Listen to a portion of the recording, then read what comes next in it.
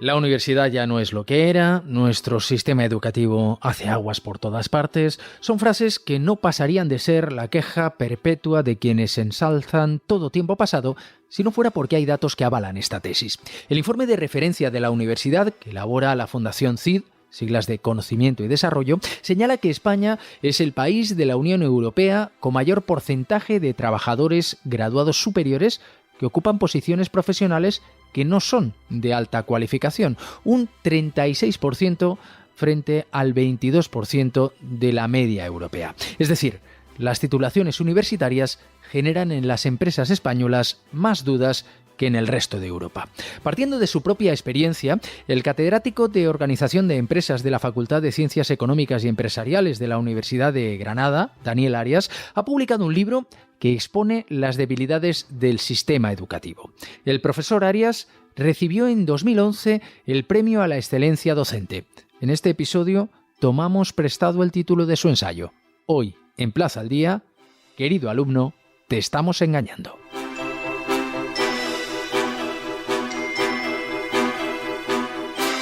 Profesor Arias, ¿qué tal? Muy buenas. Hola, ¿qué tal? Pues nada, un placer estar hoy con vosotros. Expone usted en ese libro las debilidades del sistema educativo universitario, pero también en primaria y en secundaria.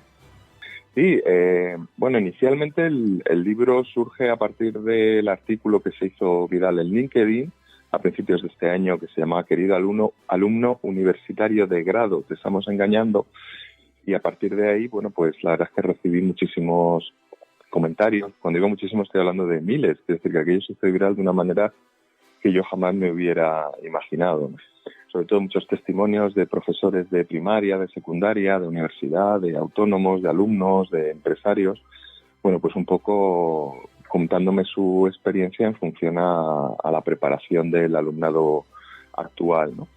Y bueno, pues a partir de ahí se quedaron muchas cuestiones abiertas porque evidentemente en 3 páginas era imposible dar cobertura a toda la problemática, y ahí es donde, bueno, pues surgió la posibilidad de hacer un libro. El libro que ahora ya no se llama Universitario de Grado, sino Querido alumno te estamos engañando, donde, bueno, pues abarcamos un poquito todas las etapas educativas. Evidentemente, pues yo me dedico a la universidad y la universidad pues tiene en el libro el mayor peso, ¿no? Pero bueno, es decir, no tendría mucho sentido analizar la situación en la universidad actualmente sin poner de manifiesto lo que ha ocurrido antes, ¿no? En secundaria y en primaria. Tiene usted 20 años de experiencia como docente. Tengo más, tengo 25 ya para 27. Bueno, pues 27 años, 27 años de experiencia docente, que no es poco. Y hay una frase que a mí me parece demoledora. Dice, hoy me dedico a engañar más que a enseñar. ¿En qué se engaña a los alumnos? Bueno, el sistema educativo actual está muy orientado a que los alumnos vayan pasando de curso pues, cada vez con menos esfuerzo, ¿no? Es decir, si tú en secundaria permites que los alumnos puedan pasar al siguiente curso con 2 suspensos, pues evidentemente el sistema lo que está es empujando a los alumnos hacia adelante. Cuando ellos llegan a la universidad, el profesorado notamos que el nivel ha bajado muchísimo, ¿no? Yo en ese artículo, bueno, y a lo largo de estos casi 27 años ya de docencia, pues he ido notando como el nivel del alumnado ha ido disminuyendo, ¿no? Sobre todo, pues si lo comparo con hace una década o década y media. En el momento en que nosotros lo que hacemos es, bueno, pues bajar un poquito el nivel para evitar que haya un fracaso escolar muchísimo, o fracaso universitario en este caso, muchísimo más alto bueno, pues del que la universidad considera deseable, pues estamos empezando a engañar al alumnado. Es decir, en el momento en que tú haces creer al alumno que está preparado con un nivel que es inferior al nivel que tenían sus compañeros de cohortes de hace una década, pues ahí es donde surge el engaño, ¿no? Y esa es la base que, bueno, pues que me llevó a escribir el artículo, ¿no? Echar un vistazo hacia atrás, bueno, pues en todos estos años de docencia y hacer una comparativa y ver cuál ha sido la evolución en estas décadas, ¿no? ¿Y cuál ha sido esa evolución? ¿En qué se ha empeorado? Bueno, a ver, desde hace aproximadamente 10 años nosotros, pues venimos notando que, pues el alumnado está, digamos, no tiene una preparación lo suficientemente adecuada para estar en la universidad en habilidades que debería tener un universitario, ¿no? Es lo que se llaman las soft skills o las habilidades blandas, ¿no? Es decir, tener, por ejemplo, un vocabulario adecuado para ser universitario. Tenemos un problema con esta falta de léxico, ¿no? Que incluso cuando los alumnos pues tienen que hacer una presentación en clase, esto pues se nota muchísimo, ¿no? Por supuesto tienen pues la falta de habilidades comunicativas. Yo pongo de manifiesto también el hecho de que pues estén casi constantemente enganchados a las redes sociales, el hecho de que pues tú estés impartiendo clase y tengas pues una casi mayoría de la clase pues con sus móviles en la mano o con sus portátiles, pues con la pantalla del portátil, que tú no sabes como profesor realmente lo que están haciendo, ¿no? Yo entiendo que se tienen que utilizar las tecnologías de la información, evidentemente, en aquellas asignaturas que así lo exijan, ¿no? En el caso de mi asignatura no es necesario, ¿no? Yo incluso lo que fomento es que utilicen el lápiz y el papel, ¿no? Esto ha llevado a una situación, por ejemplo, el año pasado puse el mismo examen que puse en el año 2015, donde hubo un 70% de aprobados y aprobaron, creo que fueron 4 alumnos. Entonces, claro, esa evolución tú te vas dando cuenta, ¿no?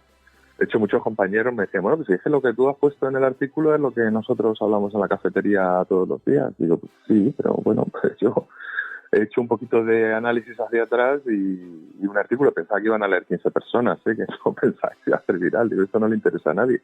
Pensé en aquel momento y se hizo viral, pero la realidad es esa. Pero, profesor, ¿esto no es lo que ya decían nuestros padres, eso de la universidad ya no es lo que era? ¿Es que hemos seguido empeorando o es que son cosas de mayores? No, cosas de mayores. La Universidad Española tiene un boom en el ámbito de nuevos universitarios que surgen en los años 80, ¿no? Es decir, en los años 80 el número de alumnos, pues desde el año 1985 hasta más o menos el año 2000, si no me equivoco, esto aparece también en el libro, se duplica el número de alumnos universitarios. Es decir, tenemos un país que, pues absorbe muchísimos universitarios, un país que necesita gente muy formada. Lo que ocurre a partir del año 2000 es que el número de alumnos universitarios en universidades públicas va progresivamente pues estabilizándose, incluso bajando un poco, y surge un crecimiento que es pues bastante notable en las universidades públicas, ¿no? Evidentemente la universidad de los años 80 era mucho mejor que las universidades que la universidad de los años 70 y los años 60, eso sin duda. Y en cuestión de recursos, la universidad actual es mucho mejor que la universidad que podía haber en los 90, por poner un ejemplo, ¿no? Que es cuando yo estudié, por ejemplo. La cuestión, ¿cuál es? No falla el sistema, quiero decir, actualmente tenemos un profesorado en la universidad pública que probablemente sea el mejor formado de la historia de España. Es decir, ser profesor universitario no es fácil, conlleva una carrera de investigación bastante dura, de docencia, de cargos de gestión, etcétera. ¿Qué es lo que falla? Pues el propio sistema educativo. Es decir, el propio sistema educativo que va permitiendo y exigiendo cada vez menos al alumnado, pues desde primaria hasta secundaria, y entonces cuando llegan a la universidad llegan con una peor preparación, ¿no?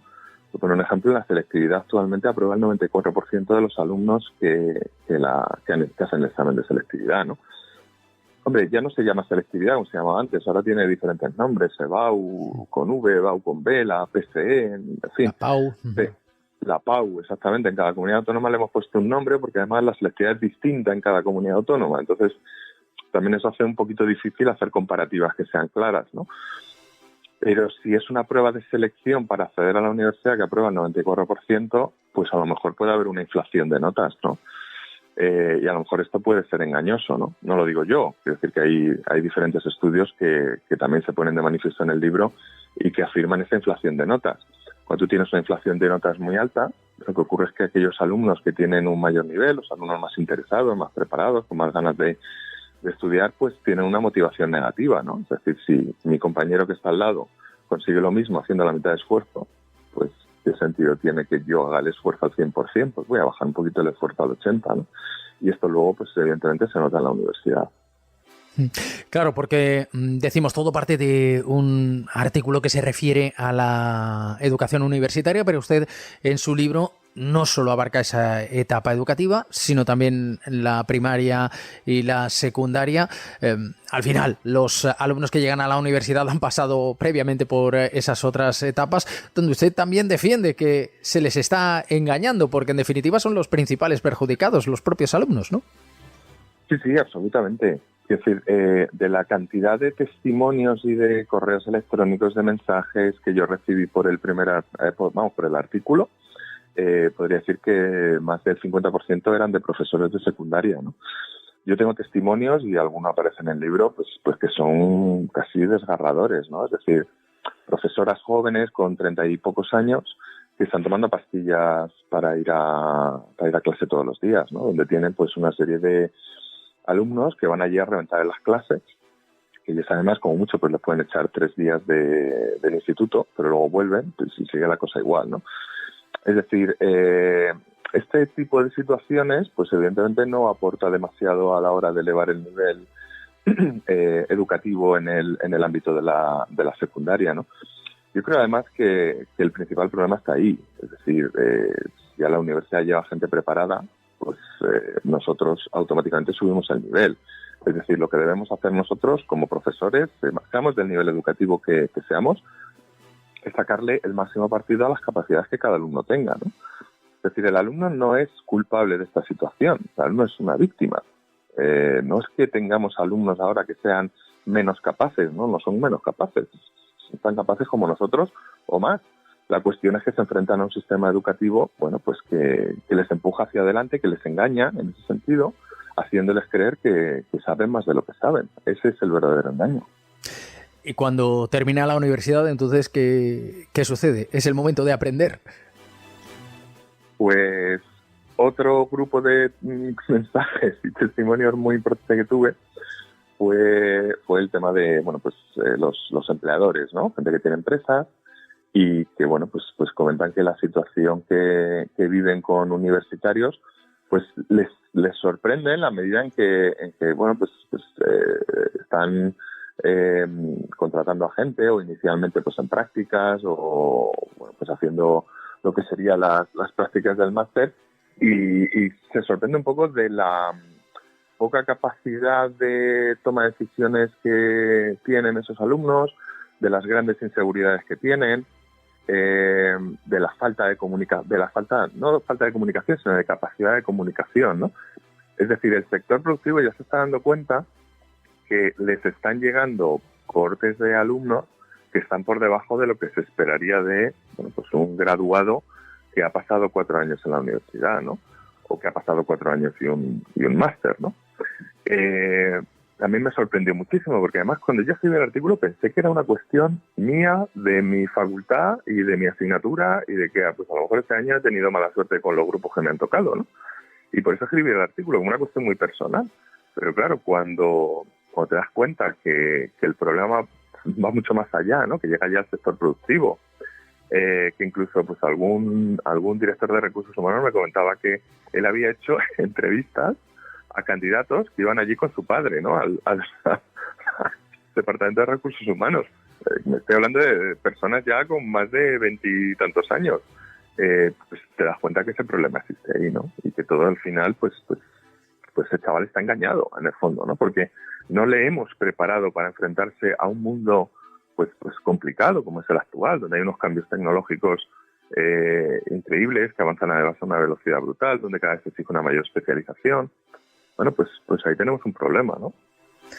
Manifiesta, de hecho, en ese artículo su preocupación, ahora que hablaba sobre si era algo que solo sucedía en su facultad o también sucede en otras, porque le pasara lo que le pasa a sus alumnos a los futuros ingenieros o a los futuros cirujanos, ¿no? Decía usted que cuando uno va a ir a un quirófano casi que reza porque no haya pasado lo mismo en esas facultades.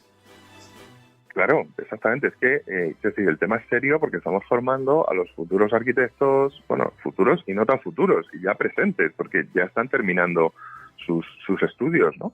Pero bueno, futuros arquitectos, futuros médicos, futuros ingenieros de caminos, etcétera, ¿no? Esta gente tiene que tener una formación adecuada, ¿no?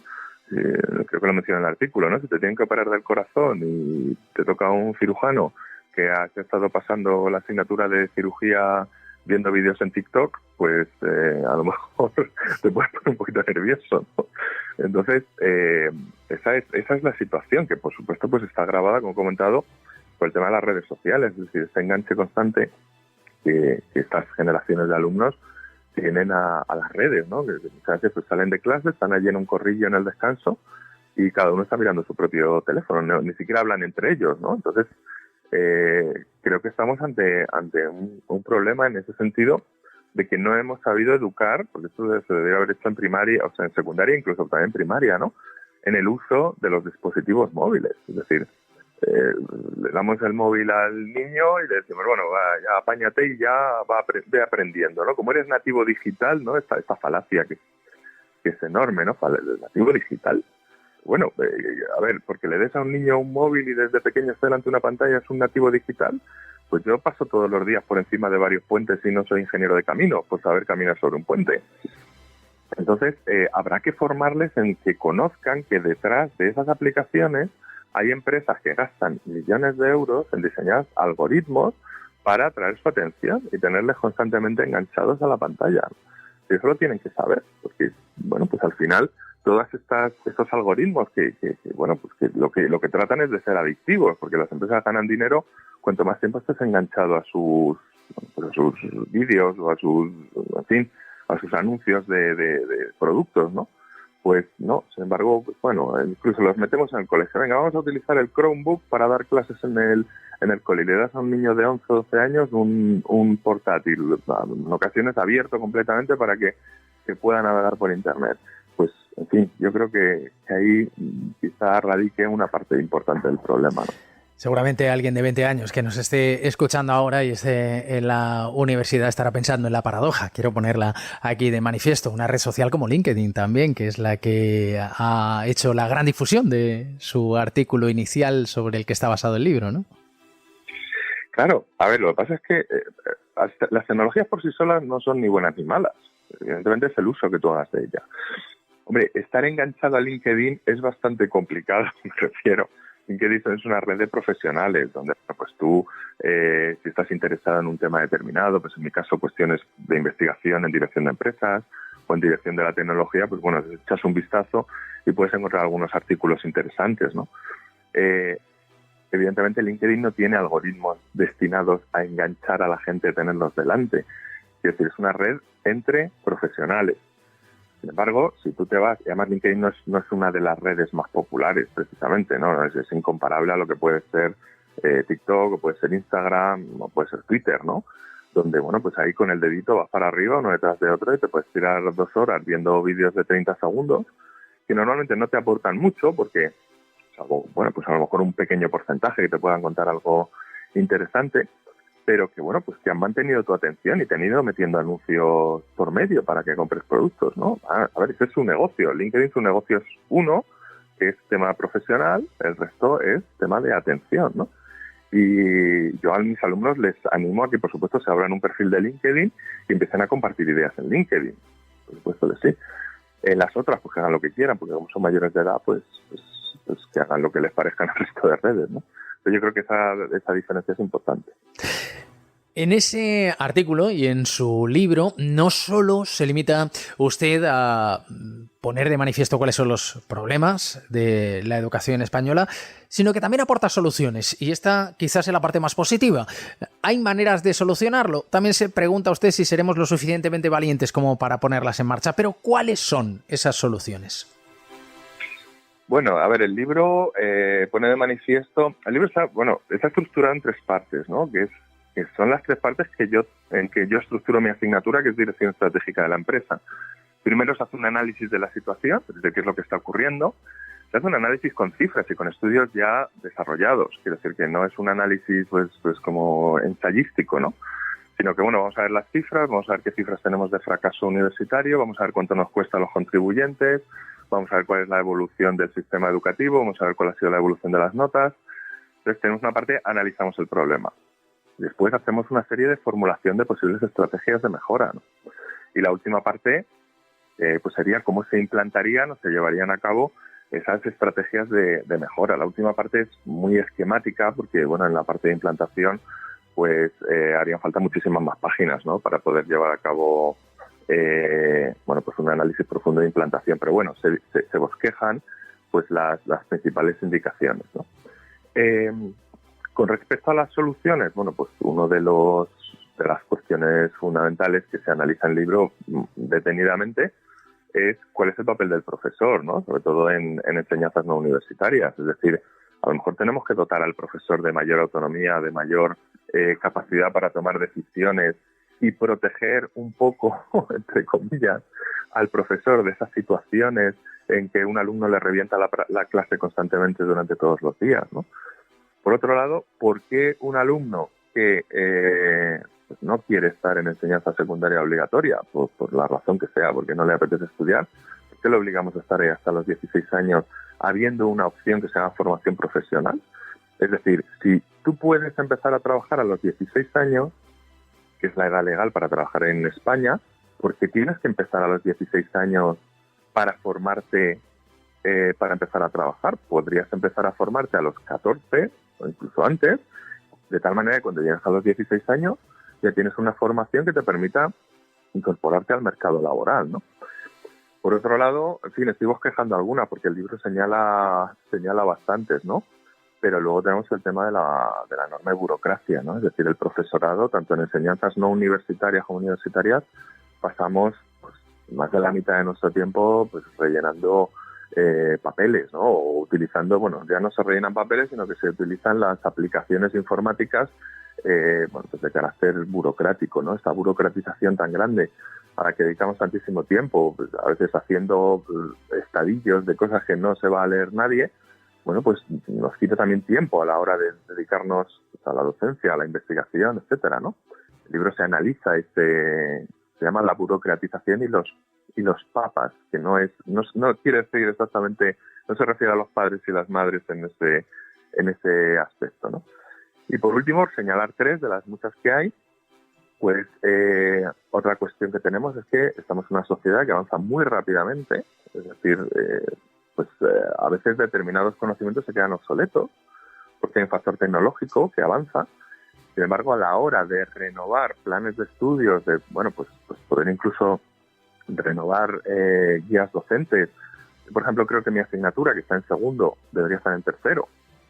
Claro, ahora, si esto no lo puedo cambiar de aquí para el año que viene, es decir, tendríamos que hacer un procedimiento específico de modificación del título que va a llevar bastante tiempo, ¿no?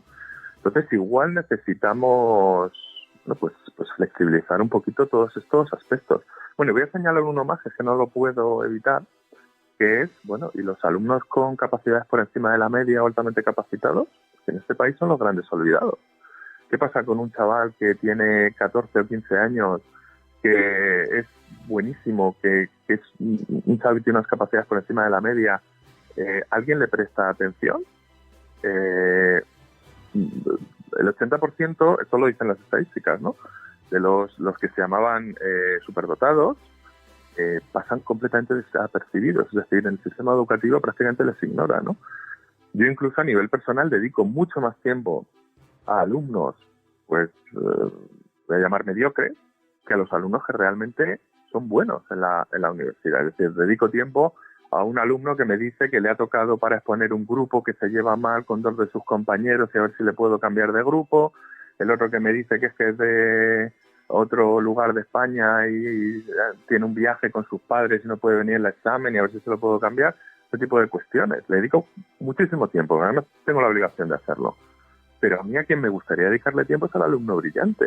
Es decir, a sacarle todo el partido que pueda tener. Es decir, a que dé todo el rendimiento que pueda dar. Y sin embargo, no existen planes específicos a ese respecto. Bueno, la Universidad de Granada sí es verdad que este año o hace 2 años lanzó un plan de este tipo, pero no aparece de manera generalizada. Son, pues acciones puntuales que una universidad en particular puede llevar a cabo, ¿no? Sí, esto entre muchos, tampoco quiero extenderme mucho más, pero está todo en el libro. ¿Es usted optimista? Yo por naturaleza quiero ser optimista, quiero serlo, pero evidentemente a la hora de llevar a cabo una reforma educativa a nivel estatal, pues hace falta ser muy valientes. Es decir, necesitamos gente valiente, gente que esté dispuesta a llevar a cabo cambios que a lo mejor desde un punto de vista populista, popular, pues no son muy populares, valga la redundancia, ¿vale? Es decir, a lo mejor esta filosofía del café para todos, de que los chavales pues no se traumaticen y cuando vayan a correr a una carrera le demos medallas a todos, ¿no? No solamente al que ha ganado, para que, bueno, pues todos se sientan ganadores. Y eso está muy bonito, pero es que cuando tú llegas a la vida real, cuando llegas al mundo real, cuando llegas al mundo laboral, no hay medallas para todos. La empresa, en mi caso yo me dedico al tema de investigación y de docencia en dirección de empresas. La empresa para sobrevivir tiene que elegir a los mejores, a los más capacitados. Y los que no están capacitados, pues no acceden, lógicamente. No vamos a contratar, si la empresa empieza a contratar a gente que no sirve, pues acaba por desaparecer. Y eso parece que es que no se lo contamos, ¿no? Entonces en el sistema educativo tenemos que ir expresando próximamente la realidad para no hacer un engaño, sobre todo en enseñanza secundaria y en la universidad, al alumnado, ¿no? Y esto hay que ser valiente para hacerlo, según está pues la ideología generalizada actual, ¿no? ¿Tendremos políticos con esa capacidad? No lo sé. No tengo respuesta a esa pregunta. Me suena un no, ¿eh? Bueno, sí. No tengo respuesta. Daniel Arias, profesor, muchísimas gracias. Pues nada, ha sido un placer. Muchísimas gracias a vosotros.